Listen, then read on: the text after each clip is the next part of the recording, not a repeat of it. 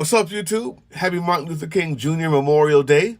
And have you noticed that once he was the one black person that was not allowed to be talked about or put down or seen as a bad mark in American history? He was the one, because they found a way to use his talk of peace, right? His nonviolent resistance.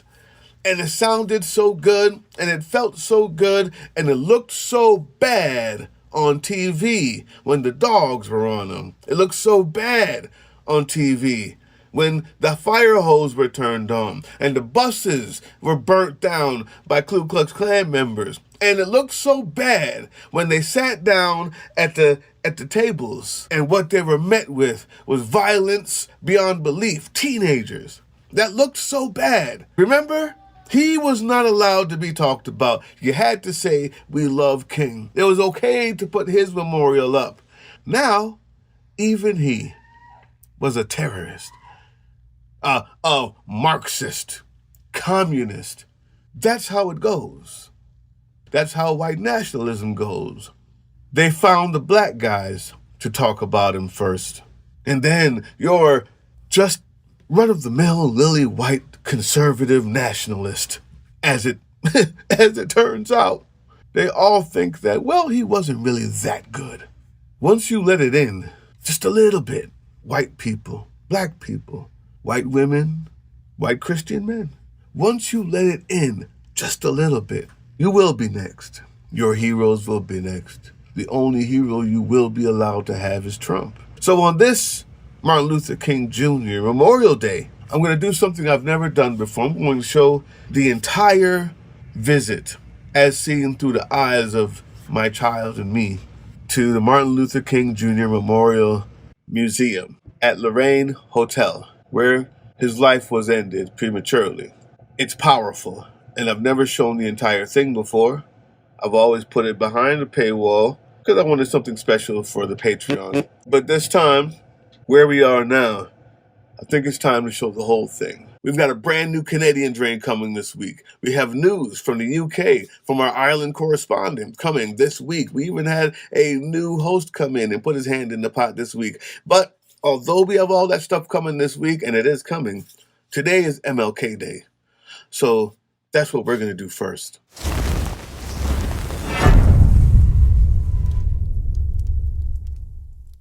We're in Tennessee, the belly of the beast out here.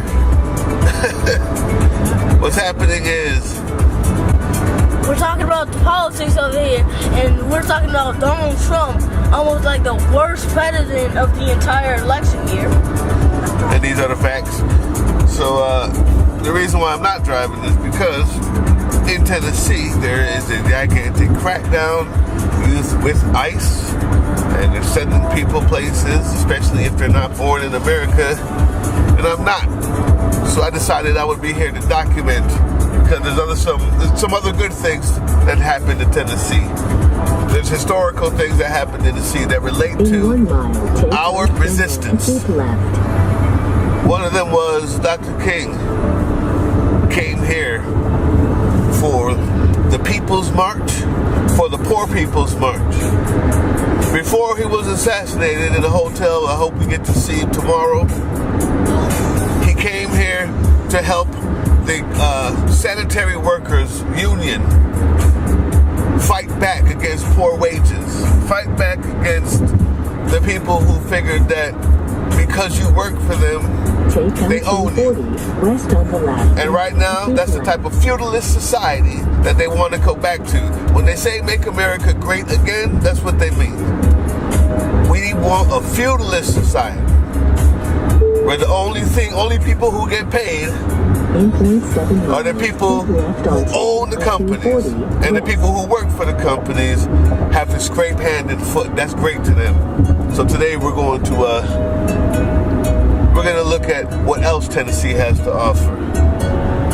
And I would bet you the same reason why there's a crackdown here is probably the same reason why he was assassinated then. Because the same people who own the same companies will go to any lengths to ensure that their power is kept. Wow. So, therefore, we will go to any lengths to ensure that they don't have it. Cool? Yes! Thank you.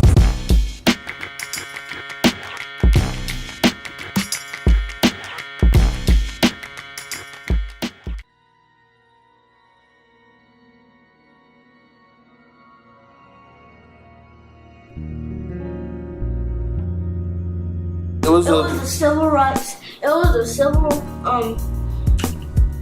It was technically it was the place where Martin Luther King died. There you go. The Civil Rights Museum and the hotel where he died, they turned into a museum, and it was really cool. On the inside, they had videos, and they had a whole lot of really cool exhibits to help you learn about what it was like in the 1960s and the 50s.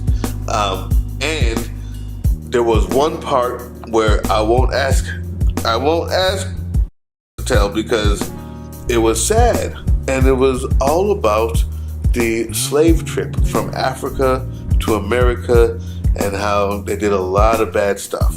And we realized that some people, even back then, would use power and greed to do bad things to people just to make a little extra money. They were willing to be really mean and really bad to black folks.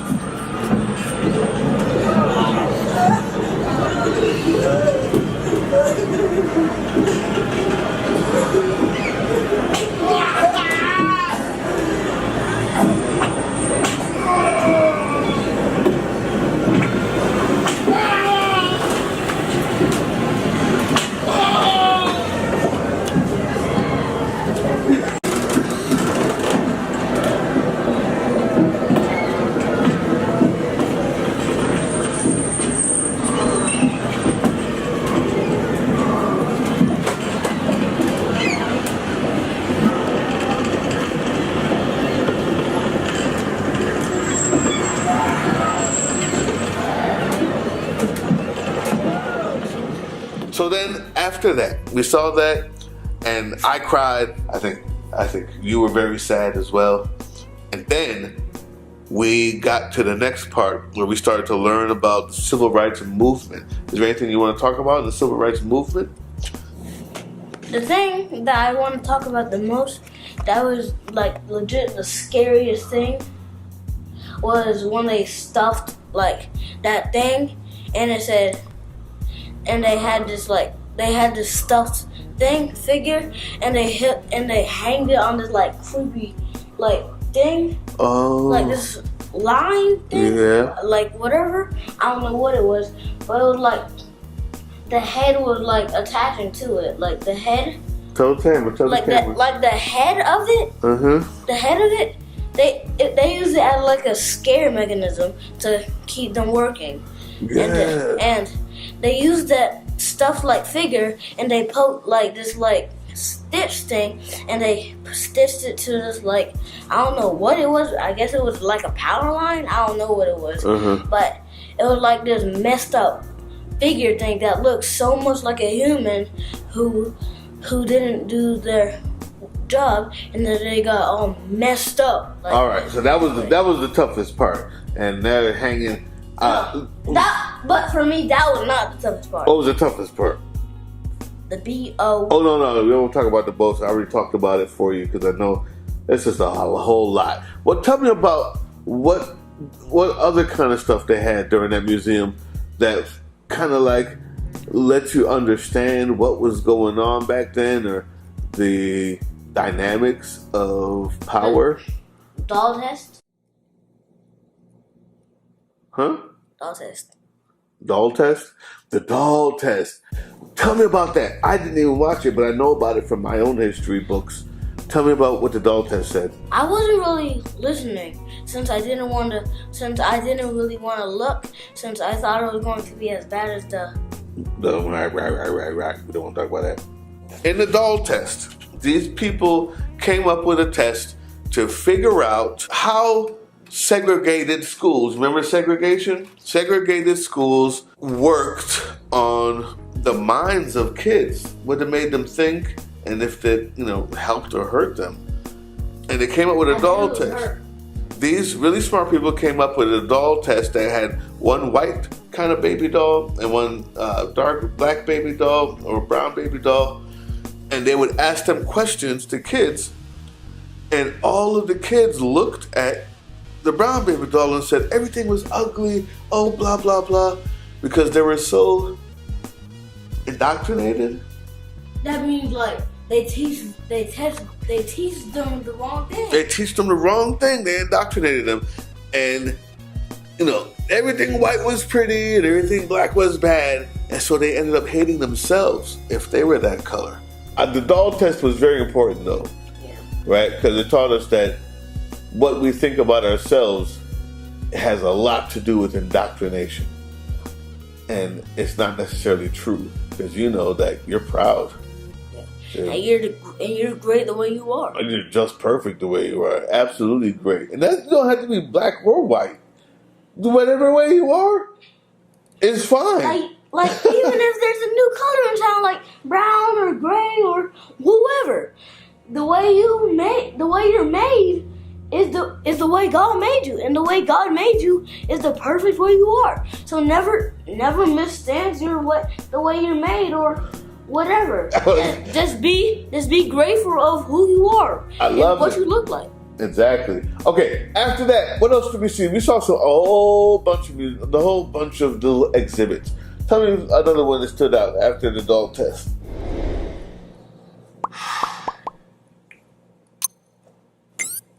There was actually a lot of bad ones. Well, bad is remember, like I said, history isn't bad or good. History, the truth is, everything we learned in that museum, the other side of it is, we won. We won. We went through all of that to make it to where we are today. So, even when it seems bad, it's the history reminds us that we went through all of that and still won. First of all, we won. How did we win? Just fighting me there. Fighting back and never giving up, right? Yes. That's right. Okay, what about do you remember about the Rosa Parks and the bus boycott?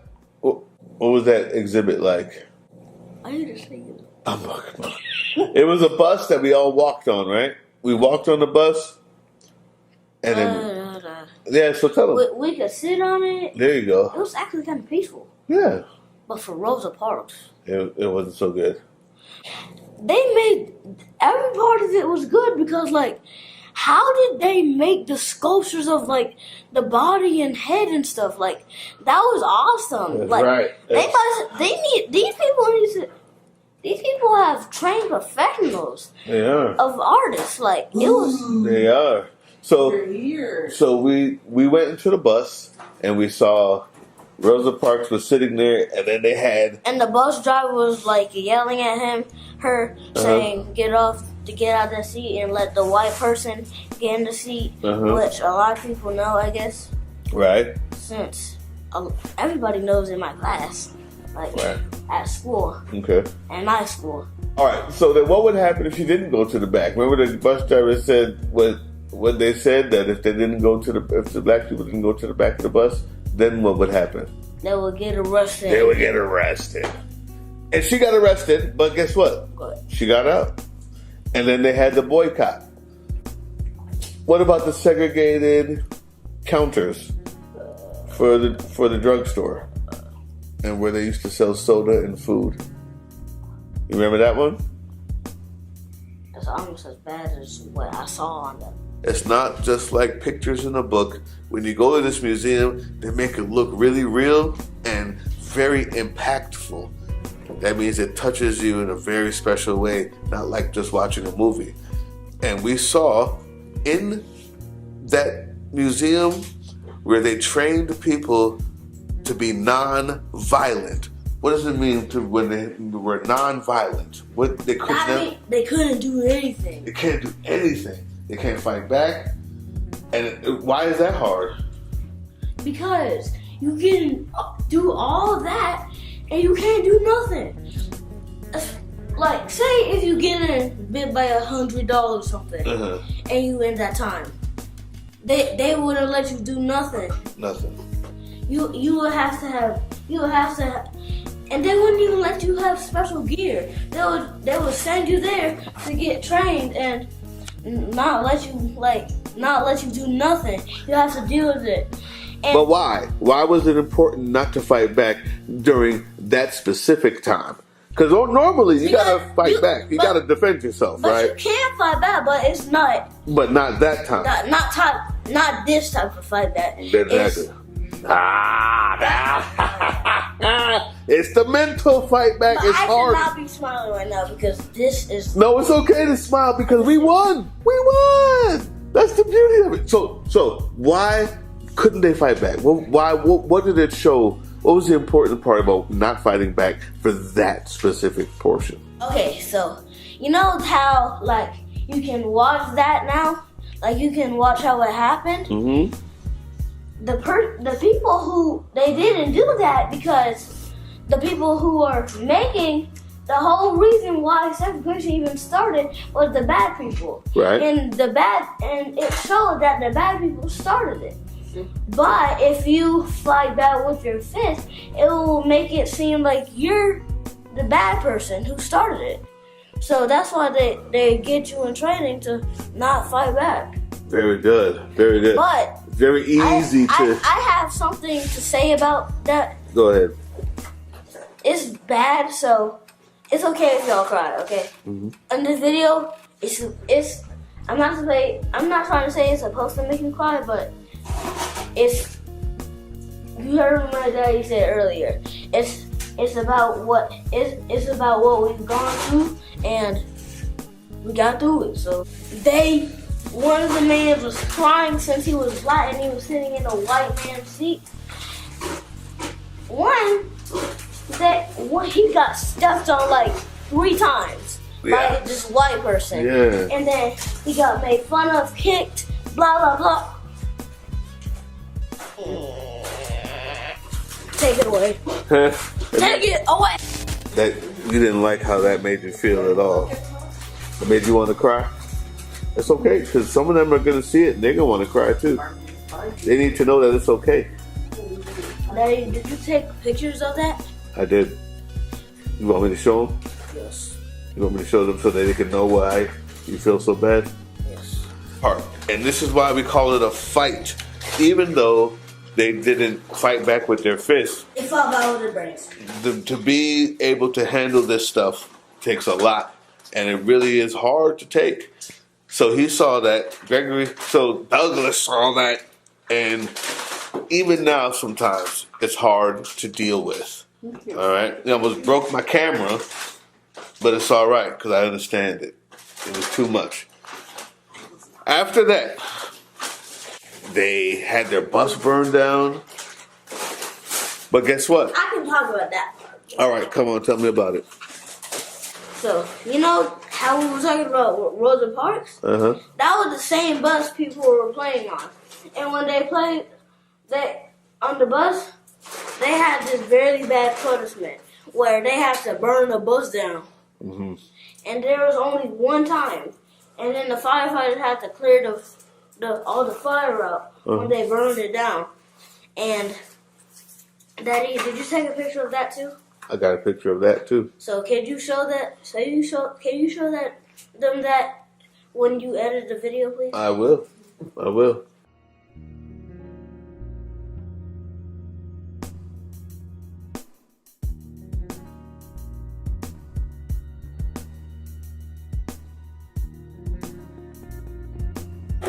Every hill and mountain shall be made low, the rough places will be made straight, and the crooked places will be made straight, and the glory of the Lord shall be revealed, and all flesh shall see it together.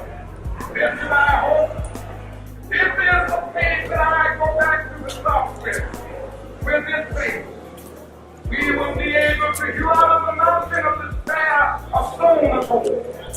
With this faith, we will be able to transform the jangling discourse of our nation into a beautiful symphony of brotherhood. With this faith, we will be able to work together, to pray together, to struggle together, to go to jail together, to stand up for freedom together, knowing that we will be free one day.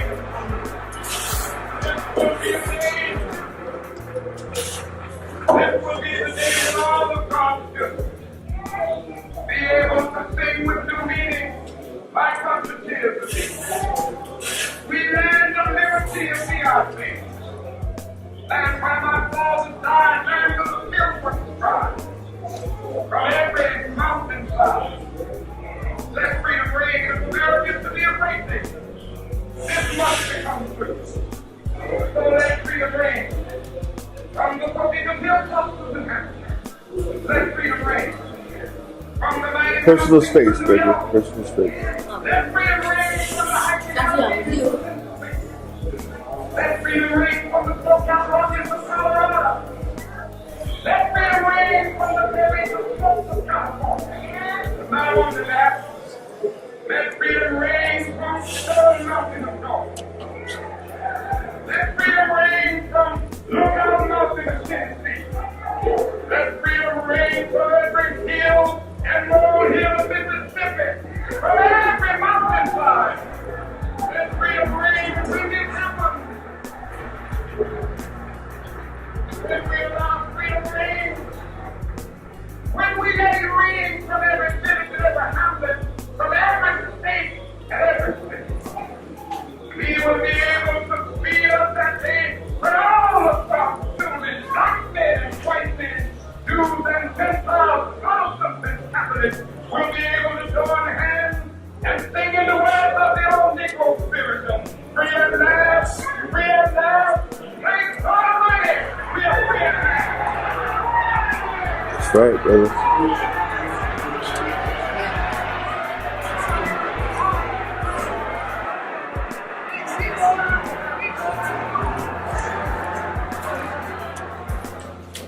I am happy to join with you today. And what will go down in history as the greatest demonstration of freedom in the history of our nation.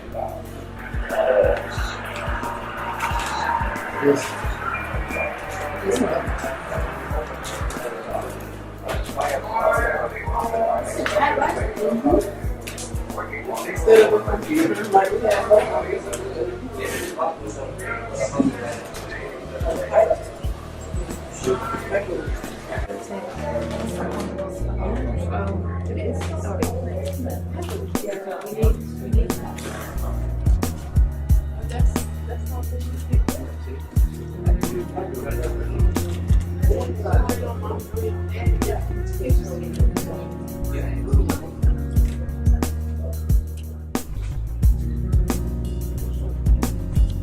Look at that.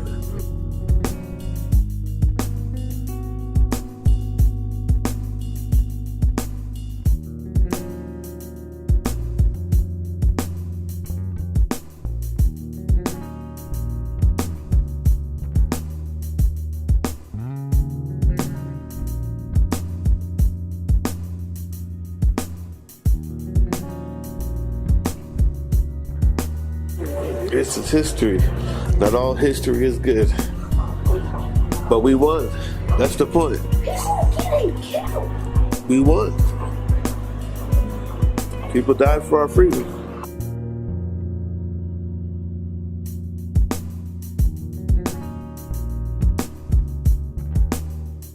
In the pre-dawn hours of December 12, 1969, police raided Fred Hampton's home and fired more than 90 rounds, killing the unarmed Hampton and his sleeping security guard. I was a teenager watching the news about what was happening, and it was found out that the government had in fact lied, and it made me angry at my country. For many, Black Power was a call to recover their rich intellectual and cultural heritage. Well, the intellectual life of African Americans in the Black Power era moves in exciting new directions as well, reclaiming the right to study themselves from the perspective of African people. We are bodies moving together in love. We are communities looking into the sky. A national Black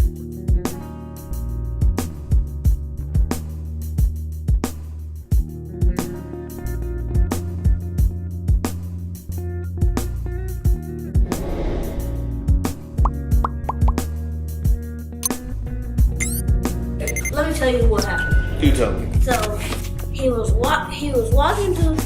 Well, after he came out his room, he walked up to the balcony. He got assassinated.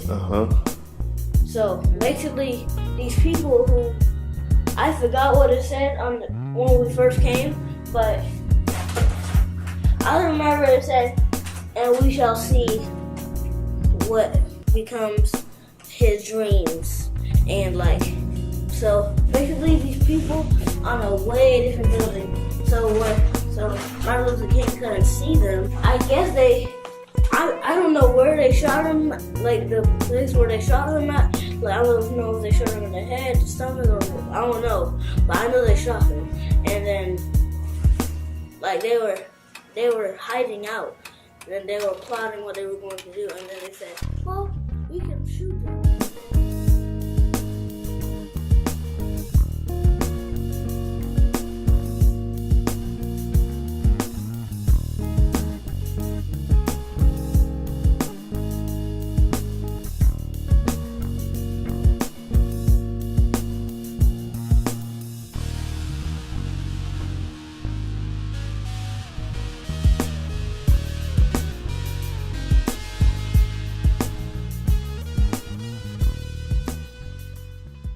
Hey, yeah, you. Before you click away to watch someone unbox a tactical toothbrush, let's talk about something real. Political Drain isn't just another content mill. We're a digital front in a very real war. Not with bullets, but with ideas, with action, and with solidarity. We pair urgent news with critical education. And we build community around actual resistance, not the hashtag kind. The kind that moves. But here's the thing, none of this is free. It isn't. Behind every video is time, labor, research, and some weird guy asking if we're gonna pay the hosting bill. And yeah, some of that money goes to things we can't necessarily say out loud. If you know, you know. Let's just say our special ops aren't Call of Duty LARPers. They're people making real moves to protect, uplift, and organize. You're not just funding a channel. You're funding a resistance network in a world where capital still calls the shots. Unfortunately, in a system built on artificial scarcity, even mutual aid has a price tag. And if we want to grow, if we want to win, we need your help. We need your help. So if you've got even a few bucks to spare, toss it our way. It's not for ads, it's not for merch drops, but for people making moves in the shadows so others can do it in the light. It's just us and you. So fund the mission, fund the fight, fund the future, because nobody's coming to save us. We save each other. That's how this works.